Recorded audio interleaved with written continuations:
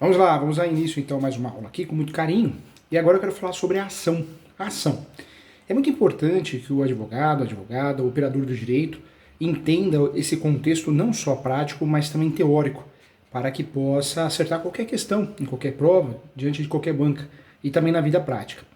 O processo civil, como ciência autônoma, ele surgiu em tempos relativamente recentes, até meados do século XIX, aproximadamente, não havia uma separação muito clara entre o direito processual e o direito material. Quando o direito de alguém era desrespeitado e a vítima era obrigada a ir a juízo, entendia-se sim que a pretensão por ela colocava perante a justiça nada mais era do que o seu direito material. Esse era o entendimento de fato. Em movimento, de fato, confundia-se o direito de ação como o direito civil, subjacente à propositura da demanda. Para exemplificar e trazer de uma forma bem didática, se alguém tinha o seu direito de propriedade desrespeitado, um exemplo, e aí ia a juízo, entendia-se que ao fazê-lo apenas punha em movimento o seu direito de propriedade. O direito de ação não era autônomo, isso é, não havia direito de ir a juízo para postular uma resposta do Poder Judiciário a uma pretensão. Foi a partir da metade do século XIX que as coisas começaram a mudar, foi ao longo da história da evolução do conceito de ação e também de como o processo civil ganhou autonomia. Esse desenvolvimento, gente, ele ocorreu sobretudo na Alemanha, espalhando-se depois que outros países, alguns nomes fundamentais na época, Mater, Oscar, doutrinadores, juristas, considerados já até então juristas, este último autor da obra, que é considerada o marco inicial do processo civil, que é a teoria das exceções e dos pressupostos processuais, que é de 1868, com a ciência autônoma. Nesse momento inicial, aos poucos foi percebendo que uma coisa é o direito material e outra coisa é, de fato, o direito processual. Então, nós tivemos uma grande mudança. Outro exemplo também, uma coisa é a lei civil, atribuir àqueles que têm um imóvel registrado em seu nome, no cartório de registro de imóveis, o direito de propriedade. Outra coisa é alguém que considera proprietário e entende que é seu, que não está, que está sendo respeitado. Então, nós temos a diferença das petitórias e as ações processuais. Então, ficou amplamente divulgado o direito material, o direito processual de forma separada. Então, para distinguir duas relações muito distintas, o direito material e a ação, o direito material e o direito processual, em um contrato de compra e venda existem dois sujeitos, o vendedor e o comprador. Se o contrato for regularmente cumprido e a obrigação satisfeita, a relação se extinguirá.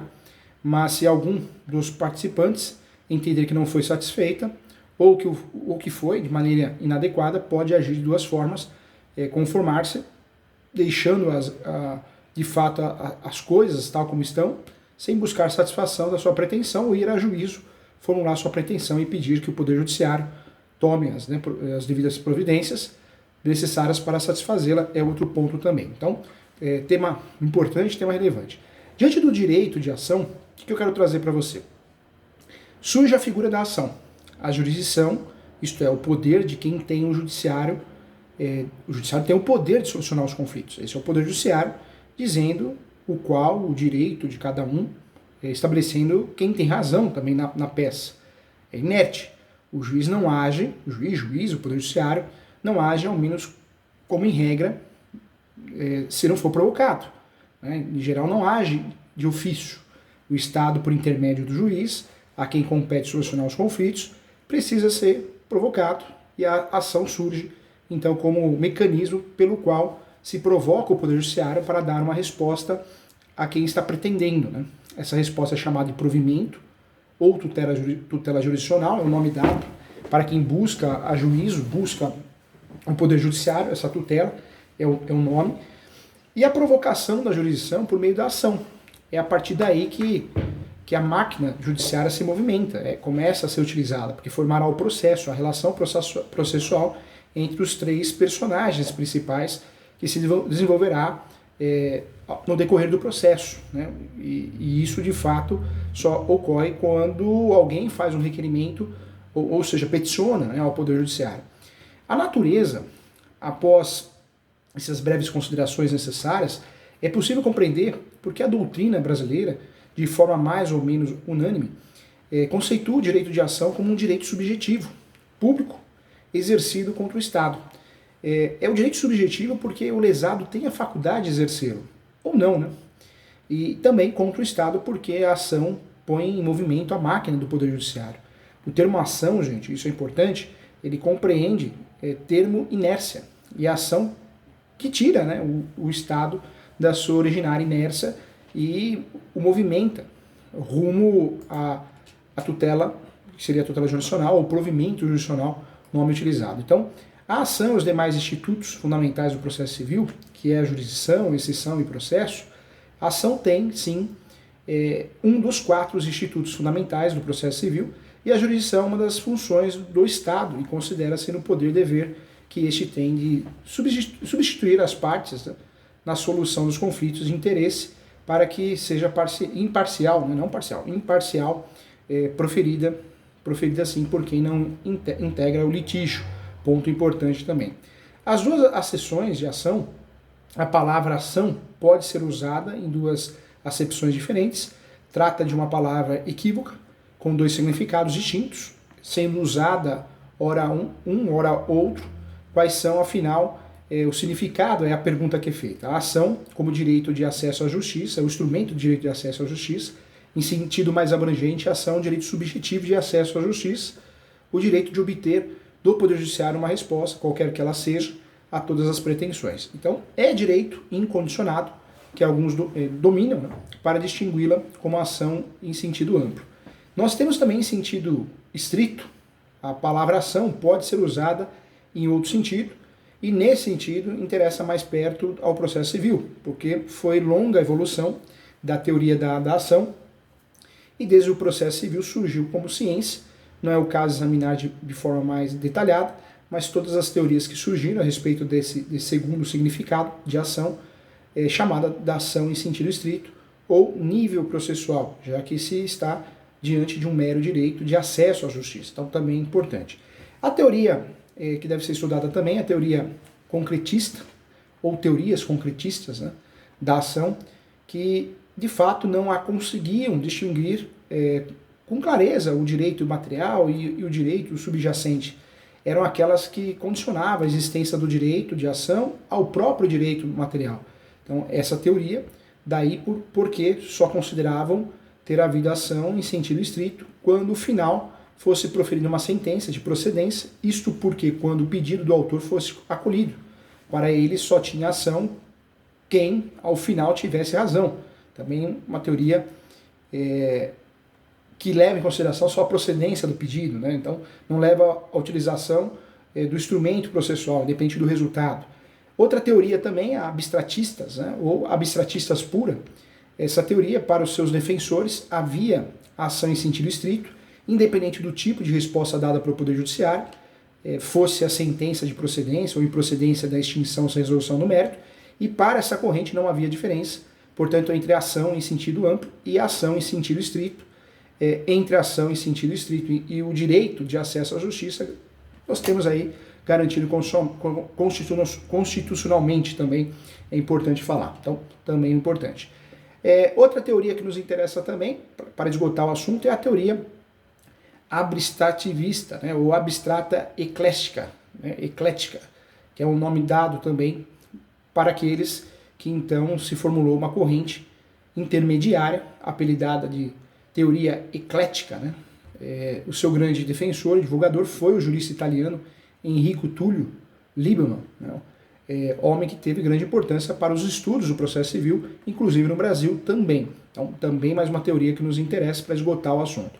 A exceção também é ação, se o direito de ação aparece como direito a uma resposta de mérito. A pergunta é como ficam as execuções, né? E também nelas haverá resposta de mérito, como no processo de conhecimento, e é preciso não confundir a teoria abstrata, eclética, exige que para a sua caracterização, a caracterização da ação, haja o direito de uma resposta de mérito e não que haja necessariamente o direito de uma sentença de mérito, mas a resposta de mérito e a sentença de mérito são coisas diferentes, claramente sim, né, são coisas diferentes, então a resposta é algo muito mais abrangente do que a sentença. Então, temos essas classificações. Teorias, né? Essas teorias. De fato, nós podemos dizer sim que a teoria abstrata eclética, ou a abstrastita, né? Eclética no Brasil, foi poderosa, a influência de Líbano no Brasil, tendo entre os discípulos, né, o professor Alfedro também, que também ficou muito conhecido, autor do projeto que resultou o Código de Processo Civil de 1973, e entre nós foi acolhida a teoria eclética. Então podemos dizer que no Brasil a teoria abstratista eclética é a teoria utilizada por nós aqui no Brasil, tanto pelo Código atual como pelo Código anterior. No Brasil, a palavra ação pode ser empregada em dois sentidos diversos: no amplo, como o direito de acesso à justiça, de movimentar a jurisdição, e ordinariamente inerte, enfim, o direito de obter uma resposta do Poder Judiciário a todos os requerimentos a eles dirigidos, e no estrito, como o direito à resposta de mérito. Tá? Então é importante também dentro dessa análise. Então, classificando essas teorias, né, para entender melhor a nomenclatura, é importante saber que nós temos dentro dessa sistemática da teoria da ação as condições como matéria de ordem pública. Isso também faz toda a diferença. As condições constituem para uma ação matéria de ordem pública a ser examinada de ofício pelo juiz, pois não se justifica que o processo prossiga quando se verifica que não poderá atingir o resultado almejado. Então, também é uma condição como matéria de ordem pública também. Em relação às condições da ação, as duas condições da ação, nós temos a legitimidade, a de causa, e o interesse de agir, também muito falado. Na legislação processual anterior eram 3, né? Pois acrescentava-se também a possibilidade jurídica do pedido, mas já Líbano, a partir da 3ª edição de seu manual, passou a sustentar que poderiam, afinal, ser reduzidas a 2, legitimidade e interesse. E assim ficou, né? Assim ficou. A legitimidade ad causa, ela é mencionada assim, especificamente no artigo 18 do Código de Processo Civil, que estabelece que ninguém poderá pleitear direito alheio em nome próprio, salvo quando autorizado por ordenamento jurídico. Então, nós temos a classificação da ad causa nesse sentido. Então, muito importante também. Lembrando que dentro dessas classificações, vale também entender que nós temos a substituição processual, a legitimidade extraordinária. Outra classificação dentro da legitimidade extraordinária, já aprofundando, é representação. Não se pode confundir legitimidade extraordinária com representação. Imagine-se que um incapaz, ele precisa ir ao fórum, ao juízo, ao Poder Judiciário, postular um direito.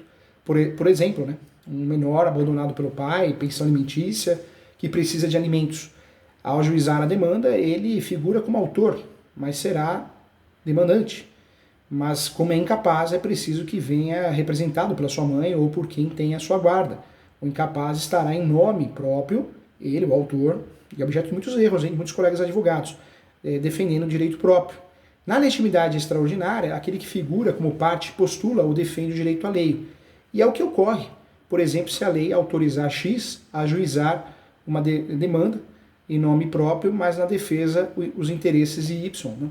Então, diante disso, haverá uma dissociação, aquele que configura como parte X, que não é o titular do direito, é o titular do direito Y, e não é quem figura como parte. Tá? Então, ponto importante também.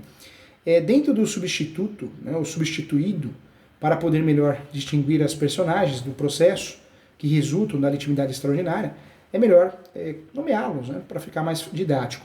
O que figura como parte, sem ser o titular do direito, será chamado de substituto, ou substituto processual, que é o titular do direito, que não é parte. De fato, será aquele que é titular do direito, mas não é parte, será denominado substituto ou substituto processual. Então fica bem didático assim, para que a gente não erre. Né? Então, exemplo importante também, tá bom? Temos aqui também, eu quero que você imagine uma outra situação, vamos imaginar 2 ou mais pessoas, proprietárias do mesmo bem, nós vamos usar o nome de condomínio, cada qual dos condôminos não sendo dono da coisa toda, ele é titular de uma fração ideal, então são condôminos, podem reivindicar também de terceiros e defender sua posse também, acho que é outro exemplo importante, tá? Então também nos interessa dentro do nosso estudo aqui. Então, vamos lá. Diante dessas classificações teóricas, né, eu quero voltar no interesse de agir, né, que também é importante dentro desse contexto, a legitimidade extraordinária e os interesses coletivos. O interesse de agir também é uma nomenclatura que nos interessa. O interesse de agir aparece no artigo 17 do Código de Processo Civil. A regra é, para postular em juízo é necessário ter legitimidade. o interesse de agir exige o preenchimento do binômio necessidade e adequação. Então, falou interesse de agir, tem que ter necessidade e adequação. E é preciso que a pretensão só possa ser alcançada por meio do aforamento da demanda e que seja adequada para a postulação formulada. Há os que ainda incluem, né, a utilidade como elemento de interesse de agir, outros não. Então, utilidade, alguns doutrinadores incluem, outros não. Então, ponto também importante dentro do nosso estudo aqui também, tá bom? O estudo teórico ele é necessário para que a gente possa, de fato, conseguir ter sucesso dentro de qualquer questão. Dentro dos elementos, nós temos que estudar os elementos da ação. É outro aspecto de grande relevância para a compreensão do tema. E os elementos da ação, que não se confunde com as condições, são coisas diferentes, estas são requisitos que devem ser preenchidos para que exista o direito de ação em sentido estrito. Se o autor não preenche, será carenciador, já os elementos servem para identificar a ação e funcionam como uma espécie de carteira de identidade e por meio deles que, comparando duas ações, será possível verificar se são idênticas de fato, caso em que haverá litispendência ou coisa julgada, que se são semelhantes, caso, né, em que poderá haver também conexão ou continência, ou se são completamente diferentes. E também os elementos da ação são 3, né? As partes, então note aí, elementos da ação, partes, pedido e causa de pedir. Se modificarmos qualquer um deles, alteramos a ação, o que é de grande relevância porque o juiz, ao prolatar uma sentença, fica adstrito mesmo, ao que foi postulado na petição inicial, não podendo julgar nem diferente do que foi pedido, nem a mais, né? Se fizer a sentença extra petita, nome utilizado, ou ultra petita, então ponto importante. Em relação ao estudo das partes, parte é quem pede a tutela jurisdicional em face de quem ela é postulada. Em resumo, o autor é aquele que pede e o réu é em face de quem é pedido. O pedido é formulado, né? Em face de quem o pedido é formulado, nós temos a figura do réu. Então, também dentro desse estudo das partes. O pedido pode ser classificado como pedido imediato e imediato. O pedido imediato, de fato, o segundo elemento da ação, que é o pedido, que se de fato desdobra, né, em 2, imediato e imediato, também não pode ser objeto de confusão, porque o pedido imediato ele é o provimento jurisdicional que se postula em juízo. E é o tipo de provimento que se aguarda que o juiz defira, né? O autor no processo de conhecimento pode pedir que o juiz condene o réu que continua ou descontinua uma relação jurídica que declare a sua existência. No processo executivo, por exemplo, que conceda uma tutela executiva com a prática de atos satisfatórios. E é preciso que de fato, né, é preciso sim que na petição inicial o autor indique qual é o provimento que espera que o juiz profira de interesse de agir, o que não impedirá se tornar juízo formulando desta feita o pedido apropriado. Então eu trago para você, é preciso que ele identifique qual é o bem da vida dentro desse processo, né? Então, importante também. Outra classificação que é feita dentro do nosso universo jurídico é o pedido certo e determinado, pedido genérico. Os artigos 322 e 324 do Código de Processo Civil estabelecem que o pedido deve ser certo e determinado. Certo é aquele que identifica o seu objetivo, permitindo que seja perfeitamente individualizado. Determinado já significa que é pedido líquido, em que o autor indica a quantidade que pretende receber.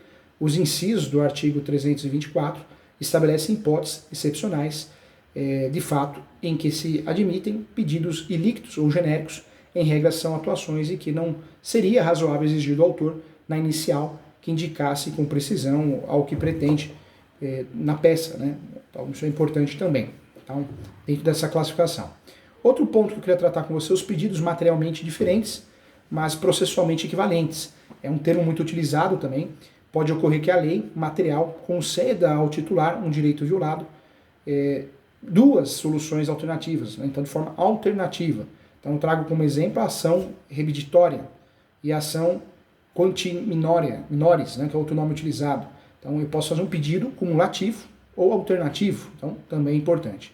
Então, diante disso, vamos pular para a causa de pedir. E a causa de pedir é importante estudar os fatos e os fundamentos jurídicos.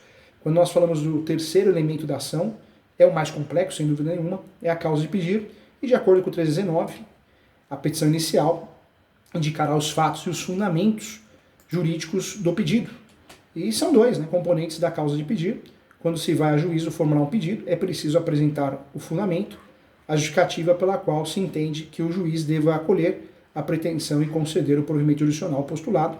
A atividade jurisdicional, ela é silogística, né, um nome que é utilizado, que pressupõe a relação entre uma premissa maior e uma premissa menor, e a conclusão, daí se pode extrair o exemplo clássico da premissa maior, todo homem é imortal.